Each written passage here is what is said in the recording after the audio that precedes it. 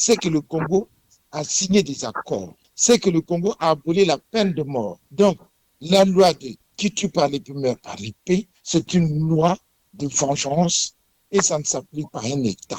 L'État a droit de protection, l'État a droit de juger, l'État a droit de condamner. Mais l'État ne peut pas tuer sans arrêter, sans juger, sans savoir. Mais quand la population est abandonnée à elle-même, la jeunesse est livrée à elle-même et qu'il n'y a pas de dispositions d'organisation, de formation, de stratégies mises en place pour occuper les jeunes, pour former et instruire les jeunes, ils se font tous dans la rue et c'est ce qui arrive. Mais c'est déjà pas responsable dans un premier temps.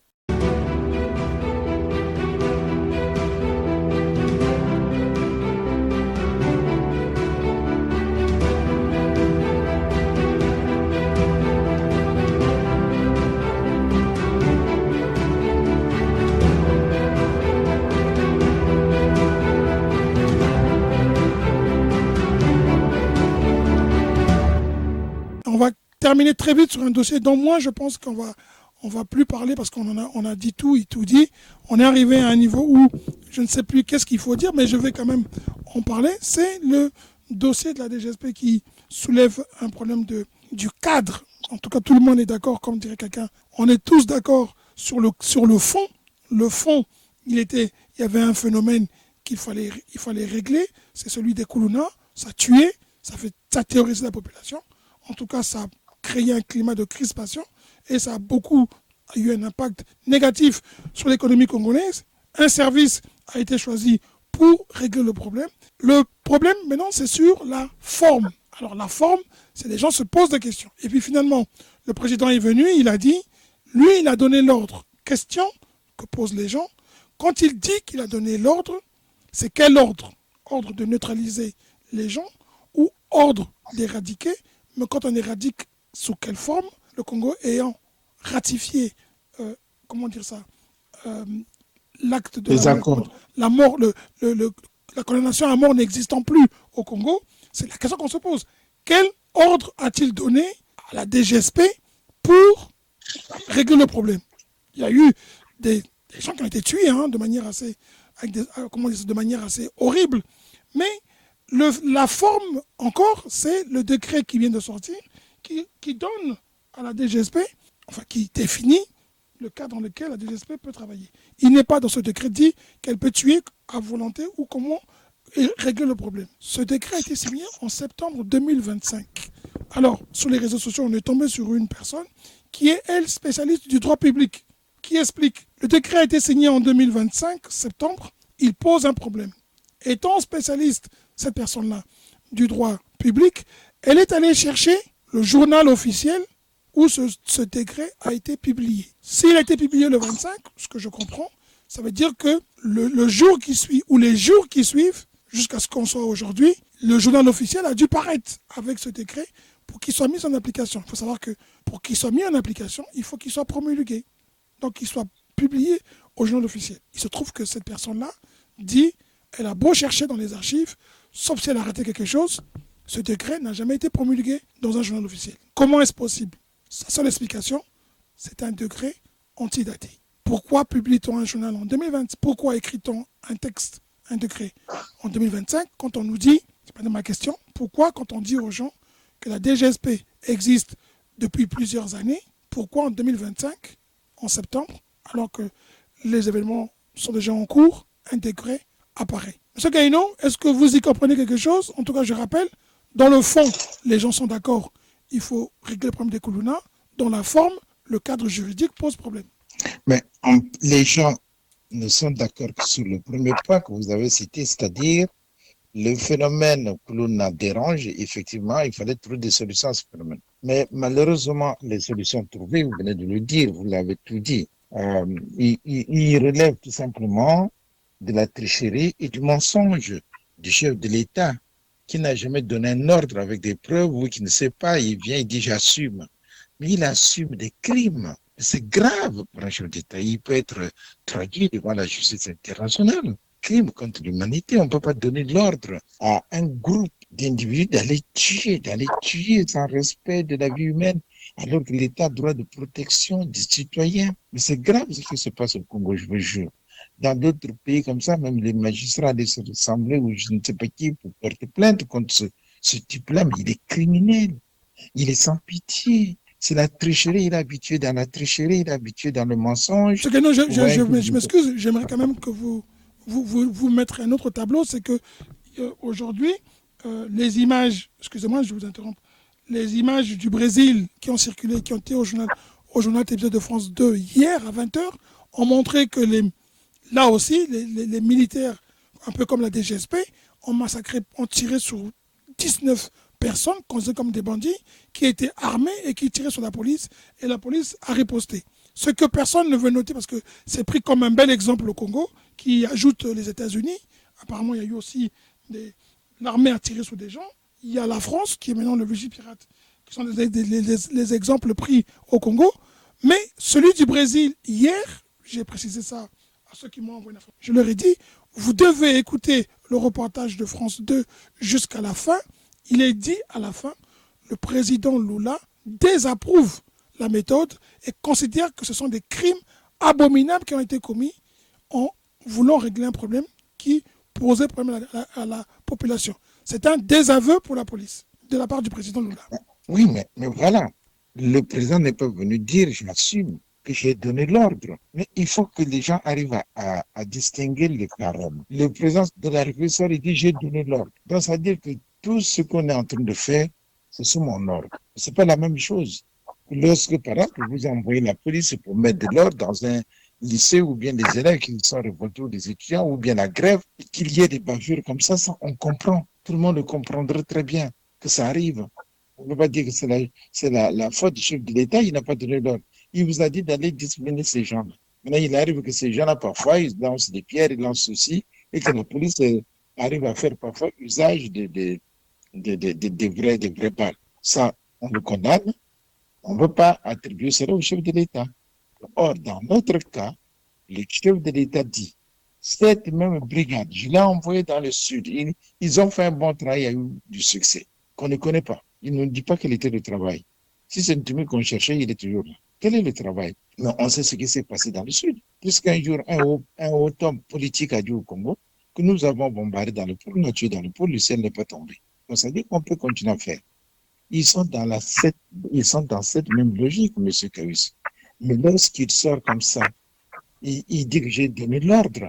Et le décret, vous venez le dire, le décret sort en septembre, alors qu'ils ont commencé, ça fait longtemps. Donc vous voyez que le secret est antidaté. Donc ça montre qu'il y avait cette volonté. Et pour couvrir ces crimes-là, on vient sortir un décret. Et vous avez dit que le monsieur qui a cherché ça dans le journal officiel, il ne trouve aucune trace. Vous voyez que la tricherie, elle est là. Sassou, c'est un tricheur, c'est un criminel, il a toujours pondu du mensonge. Il n'a jamais reconnu la vérité, il n'a jamais reconnu son tort. Il a toujours raison, ce monsieur-là. Qu'est-ce qu'on peut dire d'autre? On a tout dit. Oui. Que peut-on dire, dit M. Gaïno, que peut-on dire quand on voit qu'un décret qui nous dit que, comme dit M. Gaïno, c'est pas que lui, c'est pas lui qui l'a dit, c'est le président qui l'a dit. Il a résumé la situation en disant que c'est lui qui a donné l'ordre, c'est lui qui assume, l'opération est sous son autorité. Il reconnaît aussi que la DGSP a agi dans le pool et on découvre qu'il y a un décret qui arrive le 25 septembre, qui est sorti plutôt en septembre 2025. La DGSP a agi dans le pool entre septembre et août où elle a agi avant. On est surpris. Et là, on a une personne experte en droit public qui dit un décret peut être écrit, mais tant qu'il n'est pas promulgué dans le journal officiel, tant qu'il n'est pas publié, son application est hors la loi. Mais l'opération, toute forme hors la loi. Alors elle a cherché, et elle a trouvé nulle part la publication au journal officiel de ce décret de septembre 2005 qui tombe alors que la DGSP, nous l'avons dit ici, nous l'avons appris, date de plusieurs décennies. Et là, on découvre qu'il y a un décret qui date de septembre 2025. Donc, avant, elle agissait dans quel cadre? Bon, la forme, c'est ça le problème. Mais le fond, tout le monde est d'accord. Bon, enfin, tout le monde. Une bonne majorité des Congolais sont contents de voir que les problèmes se règlent. Mais faut-il agir dans le spectacle, dans l'émotion, ou suivre la foule? Ça fait un peu indien, ça fait cow-boy, mais pour des gens qui dirigent une nation, pour protéger les militaires et tout le reste, pour protéger le général Oboa. On a essayé de régulariser. Le pauvre a été envoyé avant, mais on s'est rendu compte que le cadre, la forme, n'y est pas. Est-ce que vous pensez que pour vous, les réseaux sociaux, ou plutôt nous qui posons les questions, ou ceux qui s'interrogent, ceux qui sont experts en droit, ne sont pas, nous posent un problème qui ne mérite pas d'avoir lieu? Non, mais ça, on laisse aux experts en droit. Hein. Nous, on ne va pas faire les choses à leur place. Ils connaissent le droit. Hein. Nous avons vu comment est-ce qu'on a jugé le président Sarkozy.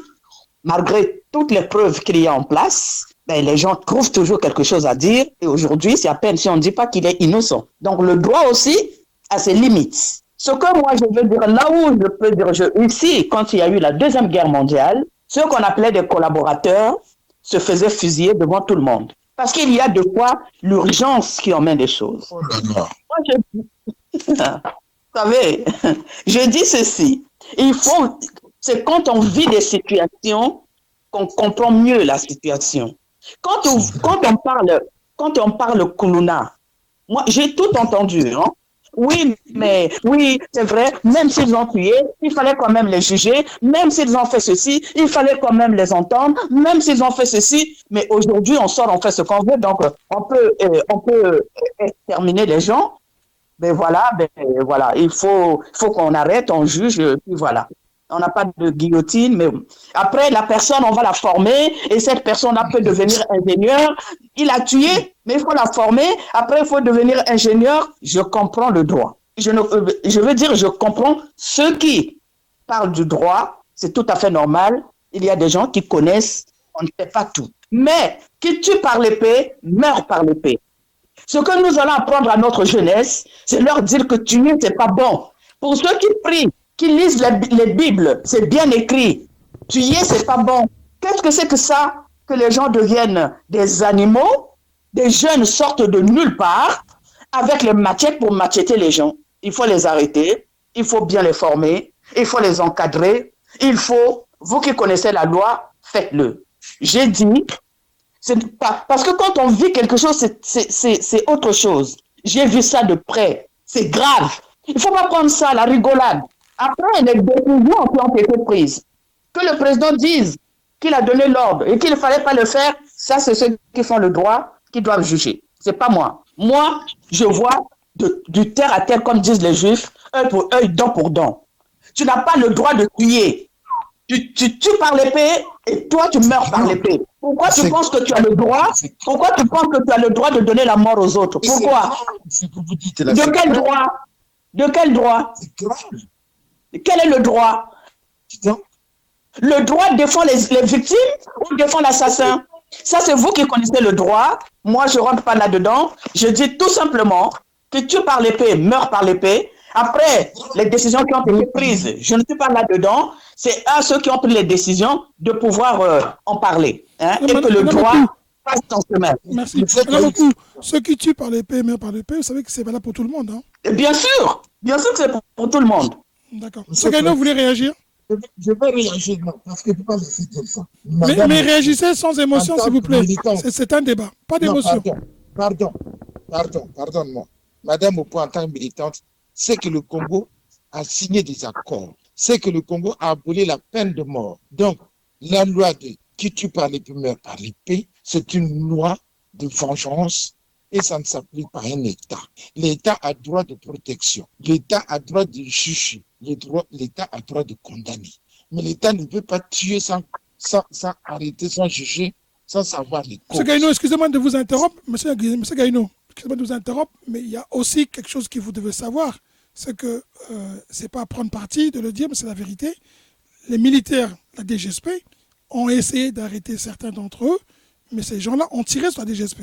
La DGSP a pu se défendre. Parce qu'il y a eu aussi des gens qui ont tiré. Ce n'est pas seulement qu'ils sont allés tuer tout le monde. Hein. Il y a eu ils ont reçu, les militaires ont reçu des tirs, ils ont été accueillis avec des tirs. Monsieur Caïus. Oui, monsieur Gaïno. Monsieur Caïus, ce que vous dites là, je dirais, c'est archi faux. Je ne peux pas dire, on ne peut pas dire ça, monsieur Gaïno. C'est l'argument. C'est ce qui nous est dit. On peut aussi leur donner du crédit. C'est ce qui vous est dit, vérifiez-le. Parce que s'il y a eu un cas ou deux cas, il ne faut pas généraliser, on a vu. Oui, mais on vous dit qu'il y a eu des cas où ils ont attaqué, ils se sont défendus. Oui, mais d'accord. Ils ne sont pas rendus facilement. Mais oui, police mais se défend.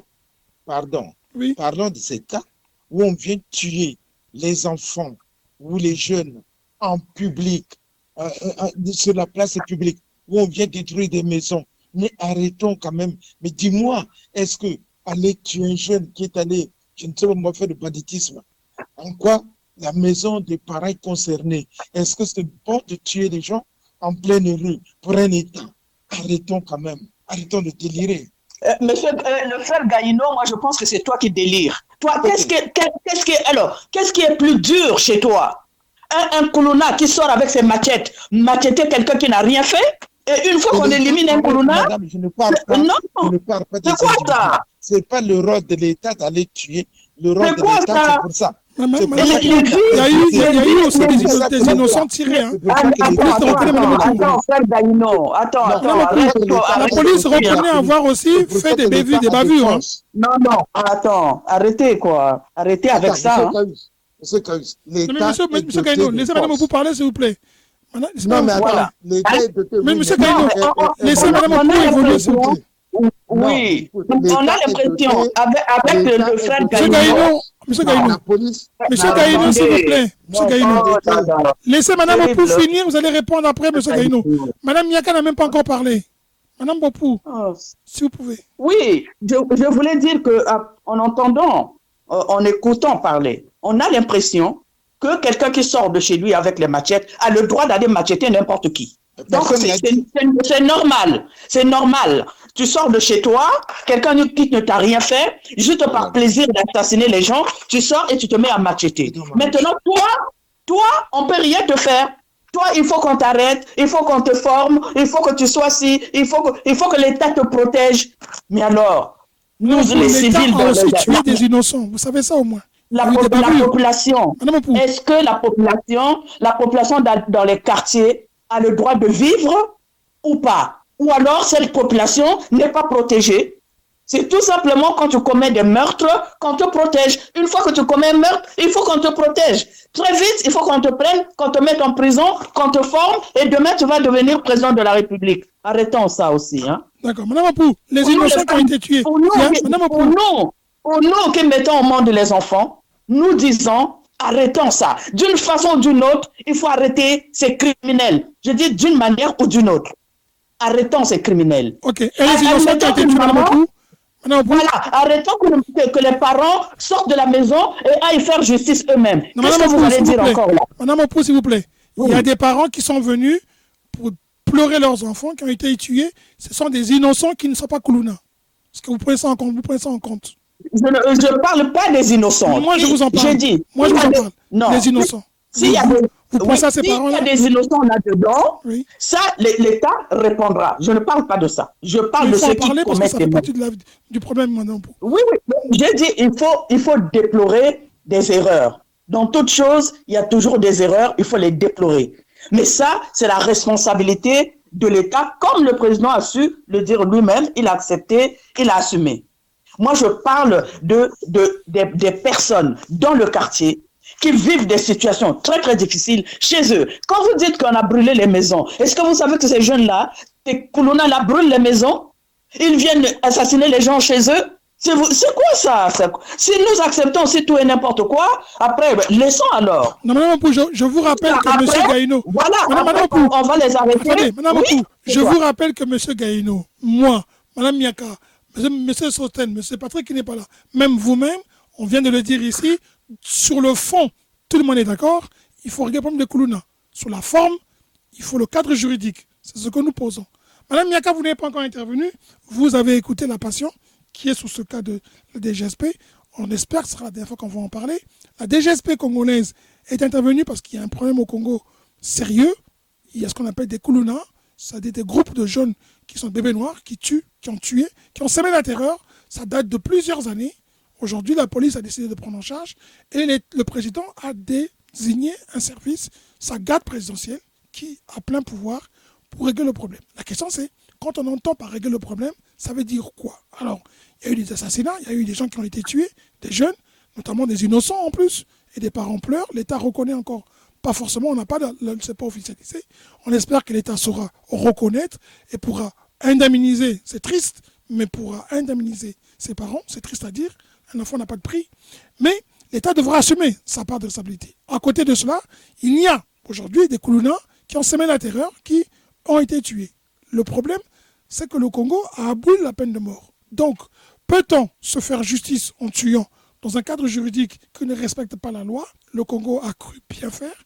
Ils nous ont produit un décret de septembre 2025, alors que la DGSP existe depuis plusieurs années, et semble-t-il, d'après le président, elle a déjà opéré dans le pool, ce qui pose problème, puisque le cadre juridique ne semble pas être officiel. Alors, question, est-ce que le document produit aujourd'hui, pour les experts, ceux qui ont cherché au journal officiel, où était publié ce nouveau décret, ou cet ancien décret, il n'apparaît nulle part.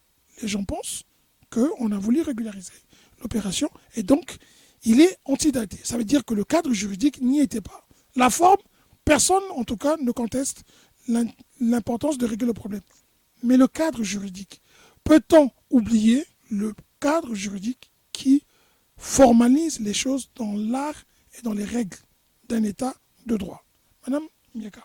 Bon, ma foi, déjà, il y a deux choses. Il y a deux choses. C'est qu'on parle d'un décret qui n'avait pas existé. Pourtant, précédemment, il m'a bien semblé avoir entendu que le décret existait déjà, mais qui n'avait jamais été appliqué. Et si on se rend compte que ce décret n'existait pas et que c'est un décret qui a été créé formellement par rapport à l'événement, au phénomène des Koulouna, mais il faut se poser la question. Il faut se poser la question parce que M. Gaïno l'a dit, on est tous contre la violence, on est tous contre la barbarie, on veut tous vivre en paix. Ce phénomène Koulouna qui est là. Donc, je vais dire que l'État n'a pas mené la réflexion de savoir comment appréhender le problème que de façon militaire. Ça, moi, je trouve ça, c'est vraiment la dernière carte à jouer si toutes les solutions avaient été épuisées. On parle du phénomène Koulouna. Quelles ont été les dispositions qui ont été prises depuis l'avènement de ce phénomène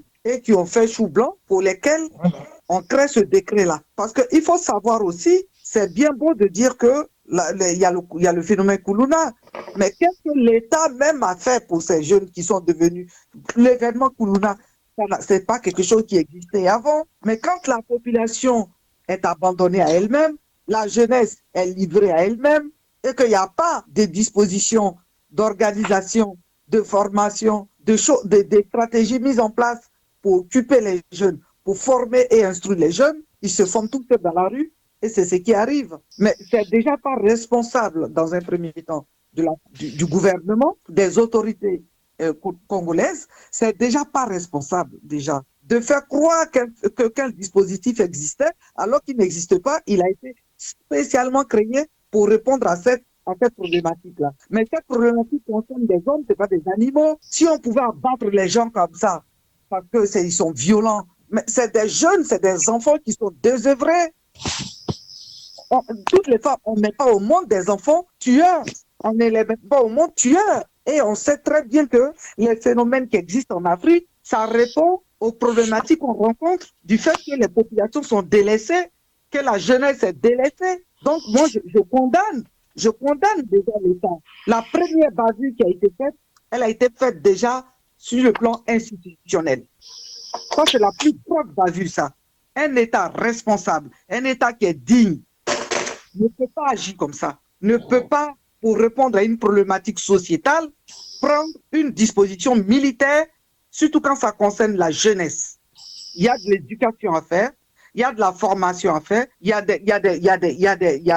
des journées d'appel à la conscience à faire, et quand tout ça n'a pas, et encore, l'État doit tout faire, c'est son problème. C'est comme son bras. Il n'allait pas couper son bras si son bras avait un problème. Donc, moi, je condamne déjà l'État pour cette grosse faute qu'elle fait, à anticiper sur un dispositif qui n'existait pas, juste pour répondre à ce phénomène. C'est une solution simpliste. C'est une solution de fuite en avant, malheureusement, qui tue ces jeunes-là. Ces jeunes-là, ils ne sont pas arrivés là par hasard, ils ne sont pas arrivés là par envie.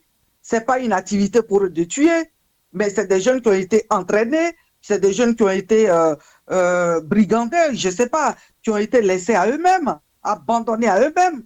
et qui peut-être tue pour une forme de survie, enfin pour avoir quelque chose ou je ne sais quoi.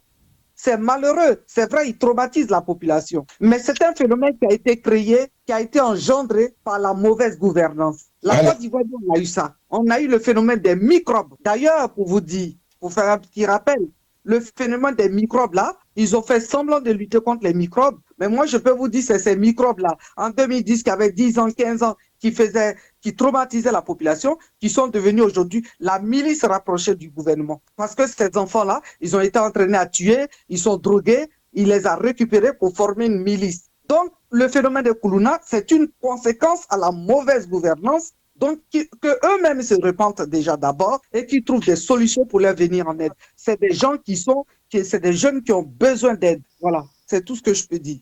Merci. M. Gaïno, vous avez réagi à ce que Mme Opou a dit? Non, mais déjà, je vais prendre ce que ça vient de dire à mon compte parce que je pense que c'est un phénomène qui a duré. L'État n'a pas pu prendre les dispositions, dernièrement prendre les dispositions, mais que l'on ne peut pas tolérer. Personne n'est contre, n'est pour l'existence du Koulouna, non. Vous voyez même ici en France, dans les banlieues, on a connu des banlieues. Moi, dans ma ville, il y a eu une zone où ça se met d'insécurité partout. Il y avait les CRS qui quittaient Paris pour venir sécuriser les gens. Et qu'est-ce qu'on a fait? D'abord, on a cassé ces immeubles-là, on a placé les gens dans les quartiers les plus calmes, et ensuite, ces gens-là ont été placés en formation. Aujourd'hui, cette zone est devenue stable. Mais on connaît le phénomène des banlieues dans les grandes villes. Mais l'État ne prend pas l'arme pour aller tuer. Non. Quel que soit le phénomène, l'État doit trouver des solutions. Et les solutions, c'est comment faire pour résoudre tous ces problèmes-là. Parce qu'aujourd'hui, on peut les tuer. Mais si d'ici 10 ans, c'est toujours la même gouvernance et que ce même phénomène-là ressort, qu'est-ce que vous allez dire? Il faut penser aussi, qu'est-ce que vous allez dire? Les phénomènes des banlieues ici, pourquoi aujourd'hui, dans les banlieues, on crée des associations, on crée des comités de lecture, on crée des groupes de football, de sport, de ceci. Mais allez au Congo, il n'y a pas là où les jeunes peuvent se distraire. Les terrains où les jeunes jouent au mana-foot, on a tout occupé, ils ont construit leur maison. Donc, il n'y a ni terrain de foot, aucun terrain de jeu. Facilement, il n'y a rien, aucune activité n'est organisée pour les jeunes qui sont complètement largués dans la rue. L'oisiveté crée les défauts. Je l'ai toujours dit. L'oisiveté crée des défauts. Alors, mais quand vous avez un enfant qui est banni dans la maison, les parents s'inquiètent, cherchent comment faire. Parfois, vous le prenez, vous l'envoyez par exemple chez des cousins lointains, parce que là-bas, il va plus trouver le même milieu. Il se calme. Moi, j'ai eu des amis qui avaient deux enfants turbulents en région parisienne. Mais j'ai été le voir, envoyez-le. Il y a un qui est parti au village, à Brazzaville, un autre s'est retrouvé à Pointe-Noire. Mais 3 ans après, le premier est revenu, mais il s'est calmé. Il y a toujours des solutions. Mais la seule solution, ce n'est pas la tuerie. Et pas des exécutions publiques sommaires comme ça. Non, c'est scandaleux, je vous jure. Ayez pitié parfois de ces parents-là. Il faut savoir que même si l'enfant est bandit, mais vous ne pouvez pas le tuer comme ça. Il y a des moyens. Avec un État qui a signé que même... Mais le droit de l'État, c'est la protection. C'est pour ça qu'on a donné à l'État la police, la force publique. Donc la police, l'armée, tout ça, la gendarmerie dans certains pays. On crée des CRS, on crée des ceci. C'est la force de l'État pour protéger les citoyens. Ce n'est pas l'État de l'endroit d'aller tuer comme ça. C'est vraiment scandaleux. Je suis vraiment touché quand j'entends des gens dire c'est une bonne opération. Non. Bon, monsieur Gaïno, Mme Opou n'a pas dit que c'était une bonne opération. Elle a dit que c'était une opération nécessaire pour arrêter le phénomène. Ce qui dit que nous tous sommes d'accord ici, sur ce plateau, pour reconnaître que cette opération des DGSP était importante, M. Gaïno. Ça, c'est du théâtre. Demain matin, ça va recommencer des théâtres d'abord. Bon, ça, c'est la prédication que vous avez. Mais en tout cas, tout le monde ici est d'accord pour reconnaître qu'il fallait bien arrêter ce phénomène, même si on considère que dans la forme, il y a des problèmes. Madame Opou, vous vouliez réagir et on va conclure. Chacun de vous allez conclure. Madame Opou, vous vouliez réagir? Oui, non. Non, de toute façon, j'ai tout dit. Hein, et je ne change pas mon langage. Je sais ce que je dis. Je vous dis, quand on n'a pas vécu une situation, je n'ai pas envie ici d'expliquer cette situation. Vous voyez pas que j'insiste? Quand on n'a pas vécu une situation, on a une manière de s'exprimer. Mais quand vous vivez la situation, c'est différent. Allez poser la question aux gens qui ont vécu cette situation, comme vous le dites, depuis des années. Pourquoi est-ce qu'on dit qu'au Congo, là-bas, même sur place, les gens sont d'accord? Vous croyez que ce n'est pas les parents qui sont là? Mais parce qu'ils ont vécu ça. Il faut vivre ça pour pouvoir parler. Quand vous n'avez pas vécu une situation, ne parlez pas parce que vous allez parler dans le vide. Non, c'est méchant, ça, parce que ça veut dire qu'on ne parlera plus du Congo dans ce cas-là, Madame Opou. Non. Ce que je veux dire, on ne parlera pas des États-Unis, on ne parlera pas du monde, on n'a pas vécu ce qui se passe en Ukraine, ni vécu ce qui se passe en Russie. Non, Madame Opou. Il faut savoir écouter. C'est pas ce qu'il faut dire. Il faut savoir écouter ceux qui vivent cette situation sur le terrain. Tout le monde, on a entendu comment est-ce que les gens ont réagi là-bas sur place. Ce sont eux qui ont vécu cette situation. Il faut écouter les deux parties et toutes les parties. Il y a ceux qui pleurent aujourd'hui, il y a quand même aussi une partie qui regrette cette méthode, et vous avez des juristes et des gens, des gens qui réfléchissent un peu, qui pensent que même pour le bien fondé de ces jeunes ou des militaires qui font cette opération, il ne faudrait pas les exposer demain à des problèmes ou à des procès.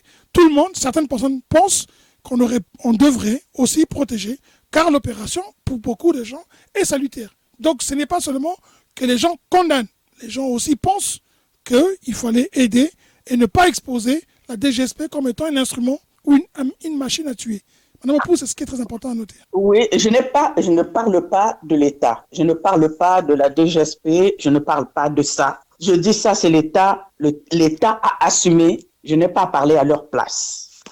Je dis ces gens-là qui ont massacré les autres n'ont que ce qu'ils méritent. D'accord, c'est votre point de vue. Je vous remercie beaucoup. Madame Opou, vous commencez par conclure. Ensuite, nous aurons Monsieur Gaïno et Madame Miaka conclura. Merci, Madame Opou. À vous. Vous avez 1 minute pour la conclusion sur les sujets, sur l'ensemble de ce que vous voulez dire, ce que vous n'avez pas pu dire ou que vous auriez aimé dire. Très bien. Non, on a presque tout dit. Pour le Mali, en tout cas, qui veut la paix prépare la guerre. Le Mali cherche sa paix. Je sais qu'on ne le laissera pas tranquille. Il y aura toujours des moyens de le déstabiliser. En tout cas, qu'il soit fort parce que là, il a choisi sa voie. Il faut qu'il continue. Je dis pour le Congo, pour rassembler, nos partis doivent créer des partis qui rassemblent pour éviter des partis ethniques. Mettons en place des partis pour défendre aussi les causes des gens, pour que les gens soient sensibles à la cause qu'ils vont défendre. Et puis pour le pays, je dis donc, pour éviter ce qui se passe en Côte d'Ivoire aujourd'hui et au Cameroun, etc., ma foi, si nous voulons garder notre manière de faire, nous gardons, on n'a pas besoin de copier les autres dans leur démocratie. Si nous voulons rester dans nos royaumes pour être 50 ans au pouvoir, il n'y a pas de problème. Mais ce que l'on demande, c'est que les richesses... Ah bon? C'est quoi ça? Que les richesses du pays soient partagées, que tout le monde aussi. Moi, je pense qu'un peuple qui vit bien, qui n'a pas de problème, s'il y a un président qui leur donne tout ce dont ils ont besoin et qu'ils vivent dans le confort, les peuples ne seront pas là à dire qu'il faut changer les gens, puisque tout se passe très bien. Donc, il faut que les citoyens puissent bénéficier aussi des richesses de leur pays. En ce moment-là, je crois qu'on n'aura pas des cas comme ça se passe au Cameroun ou en Côte d'Ivoire. On se bouscule pour pouvoir trouver, comment on appelle ça déjà, mettre en place un autre président, des élections qui ne fonctionnent pas. On est fatigué avec des pertes de vie. Là encore, je dis, bon, changeons les choses. C'est à nous de pouvoir étudier et voir ce qui nous convient le mieux. Pourquoi pas? Si nos pays doivent être des royaumes, si c'est mieux comme ça, ben faisons des royaumes, pourquoi pas? Si on n'arrive pas à mettre, si on ne sait pas mettre la démocratie, ben mettons les royaumes. Ok, un peu surprenant. Madame, excusez-moi, Monsieur Gaïno, je suis un peu perdu. Monsieur Gaïno, c'est vous? Après Madame Miaka. Oui, je voudrais tout simplement dire à-dessus de cet échange que nous avions un pays, nous avons des institutions, et pour que nos pays évoluent, il faut qu'on respecte d'abord nos institutions. Il faut qu'on arrive à analyser tous nos problèmes selon les règles que nous-mêmes nous sommes imposées. Pourquoi la dictature ne fonctionne pas? Parce que on impose des règles, on dit bon, on va faire une démocratie. Qui dit la démocratie dit l'alternance. Qui dit la démocratie dit à chance égale. C'est-à-dire que si on va au vote, je suis candidat, Madame Oupoul est candidate, ben, ce sont des électeurs qui doivent nous départager. Et là, il y a le respect des règles. Mais si aujourd'hui, parce que j'appartiens à un parti, on me nomme Madame Oupoul qui n'appartient pas à ce parti-là, elle est désabusée. Finalement, vous la mettez dans la colère. Vous voyez, donc c'est le respect des règles. Le fonctionnement d'un État exige le respect des règles et les règles ne doivent pas souffrir d'exception. Quand les règles commencent à souffrir d'exception, ce ne sont plus des règles. Et voilà, on va dans le désordre. Et c'est ce que nous sommes en train de vivre. Je crois que le partage de la richesse à tous les citoyens, donner-leur la possibilité de vivre leur vie dans le confort, même si minime soit-il, donner-leur la liberté de s'amuser, d'agir, de comprendre, d'étudier, d'apprendre. Voilà comment on dirige un État. Vous privez à ces enfants-là des écoles. Les écoles se trouvent à 10 kilomètres. L'enfant ne peut pas faire 10 kilomètres à pied pour aller à l'école. Finalement, qu'est-ce qu'il fait? Il reste à la maison. Et nous créons là des situations pareilles lesquelles on est en train de débattre. C'est d'abord notre faute, la faute à l'État, l'État de droit de protection. Voilà. Je pense que, concitoyens, nous devons être conscients de cela. Les vieillards qui sont dépassés par les événements, ils n'ont plus de solution. Alors, les mettre hors d'état de nuire d'abord avant les autres. Merci. Merci beaucoup, Mme Yaka. Ce sera la dernière à conclure.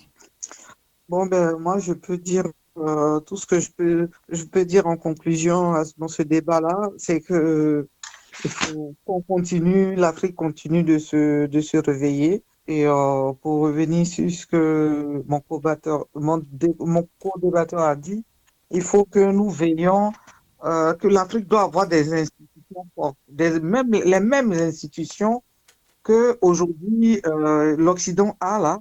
Nous, on doit les avoir et les respecter. Il faudrait que nos chefs d'État comprennent une chose. C'est à eux que revient la responsabilité et la sécurité du peuple. C'est-à-dire quoi? C'est eux qui sont les premiers responsables d'une jeunesse qui s'égare, d'une population qui se rebelle. C'est eux les premiers responsables. Tu dois t'interroger qu'en tant que leader, en tant que président d'un peuple, tu dois te questionner pourquoi ce peuple-là perd ses valeurs. Pourquoi le peuple devient ceci, devient cela. En tout cas, pourquoi la jeunesse de mon peuple se livre à la drogue, se livre au banditisme, à la délinquance. Il faut penser pour son peuple. Il faut penser à occuper son peuple. Il faut trouver des emplois, des formations aux femmes. Même les femmes aujourd'hui, il ne devrait même plus y avoir des femmes qui sont analphabètes. Il devrait y avoir des femmes qui savent ce qui se passe dans leur vie, dans leur pays. Il faut prendre le peuple à témoin. Il faudrait que le peuple soit acteur, parce que les présidents africains oublient que c'est le peuple qui est leur employeur. Ils ne sont que des employés. Ils sont là parce que le peuple les a mis là. Ils sont là parce que le peuple les a élus. Ils travaillent pour le peuple, et non le peuple travaille pour eux. Il faut qu'ils le comprennent. Le continent africain a la population la plus jeune du monde, mais en même temps, il a les dirigeants les plus vieux. Des gens qui sont dépassés par les événements, qui sont dépassés par la technologie, qui sont dépassés par toutes les réalités qui puissent exister. Il faut que nos présidents, bons qu'ils soient, meilleurs, intelligents, beaux, grands qu'ils soient, qu'ils pensent à la jeunesse, qu'ils cèdent la place à la jeunesse. Et que le pouvoir, c'est une continuité. Donc, s'ils ne sont pas là, il aura des gens. Il y a eu des gens avant eux. Il aura des gens après eux. Même qu'ils aient travaillé, qu'ils aient illuminé le pays, que tout le monde ait eu de quoi manger. Mais ils doivent laisser la place à la jeunesse. Ils doivent laisser une autre personne avoir de nouvelles idées. C'est comme ça qu'on peut progresser. On ne peut pas s'accaparer du pouvoir parce que soi-disant on travaille. On ne peut pas s'accaparer du pouvoir. Soi-disant on est majoritaire, on a le parti majoritaire. Nos dirigeants doivent arrêter. Ils doivent arrêter de piétiner le peuple. Ils doivent arrêter de rejeter le peuple. Ils doivent plus écouter le peuple.